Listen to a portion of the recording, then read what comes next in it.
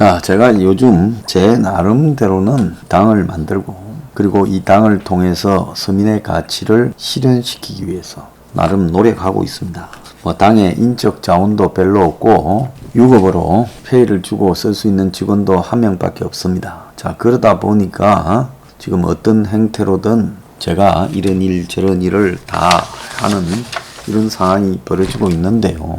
근데 여기서 이제 제가 느끼는 좀 씁쓸함이 있습니다.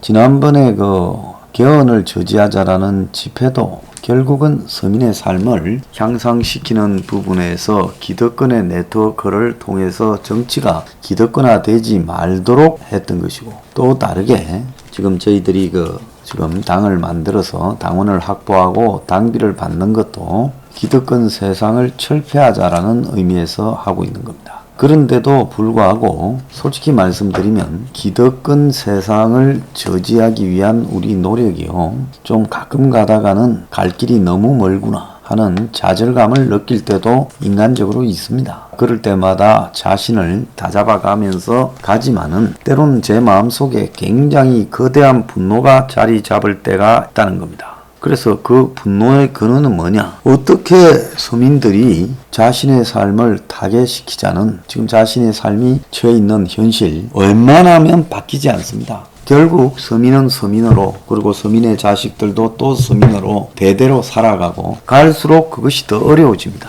제가 어릴 때 서민의 자식으로 태어난 제 친구들 중에는 지금 상층이 된 사람도 있고 여러 가지로 신분 변화가 된 사람이 많고 상당수는 중산층의 위치에 오른 사람도 있습니다. 거기 반해 요즘 서민의 신분으로 살아가는 사람들은 솔직히 평생을 노력해도 자신의 삶이 바뀌지 않을 거고 자기 자녀들이나 손자 손녀들의 삶은 더 바뀌지 않을 겁니다. 그래서 이제는 신분 상승의 사다리가 완전히 닫혀버렸습니다.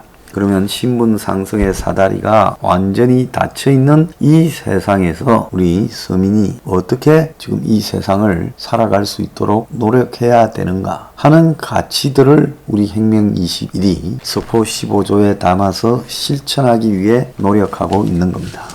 우리가 개헌을 반대하는 거는요, 여러분, 부정선거 반대하는 것처럼 보수 진보의 가치로 하는 게 아닙니다. 착각하지 마십시오. 저는 그런 기득권 보수, 수구 보수의 가치를 가지고 어떤 문제를 싸우지 않습니다. 제가 개헌을 반대하는 것은 다른 측면입니다. 자, 지금도 정치가 있는 자를 위합니까? 서민을 위합니까? 말은 서민을 위한다면서 가끔 가다가 푼돈 던져주고 있으나 마나한 일자리 자금 던져주는 것 외에 도대체 정치가 서민을 위해서 하는 게 뭡니까? 불필요한 복지를 남발하면서 정작 필요한 부분에서는 노후에 고려장 당하고 있는 것이 우리 사회의 현실이지 않습니까? 그러지 않습니까? 보편적 복지라는 이름 하에 복지를 남발하고 있지 않습니까? 정말 필요한 사람한테 필요한 복지가 주어지고 있습니까?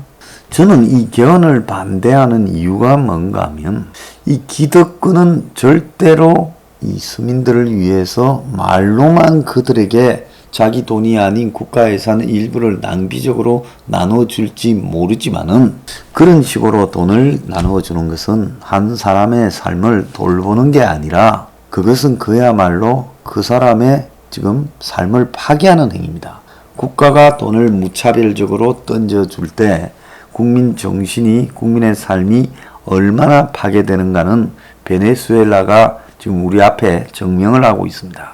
현행 문가리 패거리식으로 돈을 가끔씩 나누어주면서 푼돈으로 국민들을 유혹하는 행위는 이거는 매표이자 그야말로 국민의 삶을 파괴하는 행위다. 그러면 어떻게 해야 되냐? 국민으로 하여금 고기를 잡을 수 있도록 고기 잡는 법을 가르쳐 주는 것. 그것이 국가가 국민에게 해야 될 일이라는 겁니다. 자, 그러면 우리 사회의 지금 모습을 정치인이 국민들에게 진실하게라도 한 번쯤은 알려줄 필요가 있죠. 그러지 않습니까? 지금 저성장 사회가 접어들었다. 아무리 노력해도 고성장은 사실상 불가능하다.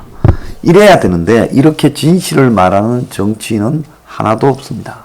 그리고 여러분의 질 좋은 제조업의 일자리들은 점점 사라져가고 4차 산업혁명이니 IT니 이런 기술 발전이 될수록 일부 자본가들과 기술을 가진 사람들만 떼돈을 벌 뿐이지 여러분의 일자리는 점점 없애버리고 여러분 앞에 다가오는 일자리는 라이더, 즉 배달의 기수가 되는 것 많이 남아있다. 아니면 카카오 택시를 몰거나 이런 현실을 정확하게 여러분들한테 인식시켜 줘야 됩니다. 그러면 이런 현실에서 우리가 어떻게 살아가야 되는가? 이제 월 200, 250만 원 받는 그런 사회가 이제 보편화되었다는 겁니다. 그래서 고임금을 받는 사람은 소수에 불과하고 국민 80% 이상이 그 정도 수준의 월급을 받을 뿐이라는 겁니다. 자, 그러면 임금이 점점 내려갈 거다라는 것을 우리가 인식을 해야 되는 거죠. 그러면 이제는 그럼 어떤 사회를 정치가 만들어 가야 되냐? 이제 고임금 사회가 없고 저임금 사회에서 살아가고 적응하는 법을 국민들 앞에 현실적으로 가르쳐야 된다. 그래서 가장 중요한 생애 비용이 들어가는 집 문제를 그야말로 700만 원 이하의 원가에 여러분이 살 수 있도록 해야 된다. 그것도 한 3, 40년 나누어서 지불할 수 있도록 해야 된다. 만약에 그렇게 하면 대부분의 국민들이 집을 소유할 수 있을 겁니다. 그래서 집을 해결하고 그 다음에 사교육 문제는 공교육에서 사교육을 흡수해서 방과 후에 그야말로 과외를 전담하는 B급 교사들을 2부 교사를 대거 채용해서 공교육이 못하는 부분을 그리고 사교육에서만 할 수 있는 부분을 공교육 내에서 아주 적은 비용으로 부담 없이 가르칠 수 있게 해야 된다. 그리고 내 노후는 국가가 공공요양을 도입해서 적어도 인간다운 노후로 이렇게 끝날 수 있도록 도와줘야 된다. 그리고 우리가 살아가는 생활 비용은 통신비라든지 각종 독과점 담합 비용을 확 낮추어서 이 낮은 비용으로 기본적으로 가장 많이 이렇게 지출되는 분야의 비용을 낮추어야 된다. 자, 이래서 적게 받고도 살아갈 수 있는 그런 사회. 그래서 국민 다수가 소박하지만 그래도 그 소박한 삶에서 즐거움을 느끼고 살아갈 수 있도록 하는 것. 그것이 가장 중요하다는 겁니다. 어느 정치인이 이걸 인정하는 사람이 있습니까? 일자리가 없는 세상을 인정하지 않습니다. 일자리를 창출하겠다고 말하고 국가에서 2, 30만 원짜리 일자리를 남발하고 있습니다. 그게 받는 사람에게도 도움이 됩니까? 전혀 도움이 되고 있지 않지 않습니까? 제 말 틀렸습니까? 맞죠? 자, 두 번째로 그리고 정치인은 성장을 말하는데 이제 성장은 틀렸습니다. 그리고 집 문제에서 공급 확대를 말하고 재건축, 재개발 기준 규제 완화를 이야기하는데 그거 아무리 기준 규제 완화해봤자 민간 재벌 건설사가 공급하는 이상 그 집 가격이 여러분이 살 수 있는 가격이 되지 못합니다. 평당 2천만 원이라도 6억인데 요즘 2천만 원짜리 아파트가 어디 있습니까? 살 수 없는 아파트를 공급해봤자 가진 자들의 투기 대상으로 던져줄 뿐이라는 거죠. 그렇지 않습니까? 그리고 대다수가 허접한 노동에 이렇게 종사하며 살아갈 수밖에 없는데 4차 산업혁명을 이야기하고 IT를 이야기하고 기술 혁신을 이야기하고 미래 혁신 산업을 이야기합니다. 그거는 최상의 가진 투자자들, 한마디로 주식 장난하는 사람들에게나 유용한 부분이지 그런 쪽에서 창출되는 기술 한번 보십시오. 그 지옥 같은 네이버, 카카오 직장 문화 그리고 더 나아가서 이 서민을 착취하는 택시 기사한테 10만 원을 뺏어가는 카카오 다음에 주인이 만들었던 타다 택시. 자, 이런 거 얼마나 악독합니까? 그러지 않아요? 어제 배달 노동자들이 2시간인가 파업을 해가지고 물류 대란이 일어났습니다. 이 나라에 앞으로 여러분이나 여러분의 자녀한테 주어지는 일자리는 배달 노동자 말고는 없을 겁니다. 자, 배달을 하면서 우리는 동네 가게들을 다 없애버리고 전통 자영업을 다 없애버리고 이제 식당도 배달 전문으로 가고 있고 부자들이나 가는 대형 고급 식당만 번창하고 있습니다. 그래서 대다수의 자영업자들은 머지않아 소멸될 겁니다. 이 진실을 말하는 자는 아무도 없습니다. TV고 뭐고 고가의 우리의 공산품들, 전화기 한 대가요 100몇십만 원, 이게 노트북보다 훨씬 비싸잖아요. 이런 것을 통신요금과 전화기를 결합시켜 가지고 할부로 우리가 사고 있습니다. 이게 월부로, 우리가 70년대에 월부로 TV 사던 시대와 뭐가 다릅니까? 그런 월부 사회를 지금 핸드폰을 가지고 끝없이 우리에게 던져주고 있습니다. 자, 여러분, 이런 사회를 극복하자라는 진실에 대해서는 아무도 말하지 않습니다. 만약에 개헌이 되면 더더욱이 이런 기득권 자기들만을 위한 사회가 가속화될 겁니다. 국민 손으로 뽑는 한 명뿐인 대통령은 국민의 표를 받았기 때문에 적어도 국민을 위해서 뭔가를 해야 되겠다고 대중적으로라도 고민을 하긴 합니다.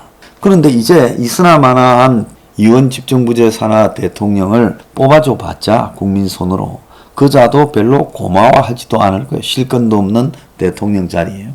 자, 실세는 국회에서 저거들이 뽑은 총리가 다 해먹습니다. 그리고 그 총리가 여야 중진 국회의원들과 장관 자리를 나눕니다. 사실상 연정이 되면서 여야가 없어질 겁니다. 이광재가 그런 이야기를 하고 있지 않습니까? 여기에 왜 홍석현 같은 자들이나 조중동 같은 보수 언론이 다 지지를 하겠습니까? 왜 정경련이 지지하겠습니까? 기득권 입장에서 봤을 때는 이런 세상이 제일 좋다라는 거죠. 모든 국가의 경제, 금융 정책부터 각종 규제가 있는 자들을 위해서 주어질 것이고 서민들은 더욱더 신음하는 세상이 될 거라는 겁니다. 그래서 제가 개헌을 반대하는 거지, 마치 무슨 부정선거 반대하듯이 정치적인 이유로 개헌을 반대하는 게 아닙니다. 여러분 잘 들으십시오. 대한민국에서 이 황장수나 혁명 21 말고 누구도 여러분들에게 서민의 삶을 위해서 애쓰고 노력하고 진정으로 그걸 개혁하기 위해서 호소하고 정신 차리라고 말하는 사람 없습니다. 좌파 진보 정당들도 그들만의 한마디로 노름에 불과합니다. 국회의원 해먹고 이 권력을 누리려고 그럽니다. 노회찬의 말로를 한번 보십시오. 자, 여러분, 서민의 적은 바로 서민입니다. 제가 이런 말을 하면요, 그 자기가 서민이면서 시니컬하게 비꼬입니다. 황장수 저 정치해보고 싶어서 저러느냐. 그래서 그래도 우리가 경상도인데 문가리를 보기 싫은데 저 국민의힘에다가 힘을 몰아줘야지. 그걸 분열시키고 표를 깨고 또 오세훈을 내쫓아야 된다고 이야기를 하느냐. 황장수 저자 수상하다. 자, 저자 좀 또라이 같아. 왜 되지도 않을 일을 저렇게 하고 있을까? 여러분들이 다 그렇게 말을 하고 있지 않습니까? 내가 여러분들을 위한 사회를 만들어 가고자 이러는 것이지, 내가 내 한몸 뭐 해먹고 싶다면 굳이 이렇게 복잡하고 힘들고 다 안 될 거라고 하는 길을 왜 가고 있겠습니까? 이런 사람이 있을 때라도 정신을 차리고 자신만을 위한 자신의 정치를 하기를 바랍니다. 그러지 않고요, 서민이 서민을 배반하고 자기 목에 스스로 못을 박는 그런 어리석은 행동을 더 이상은 하지 마십시오. 저도 하루하루 그런 자괴감을 극복하기 위해 매일 싸워가는 사람입니다.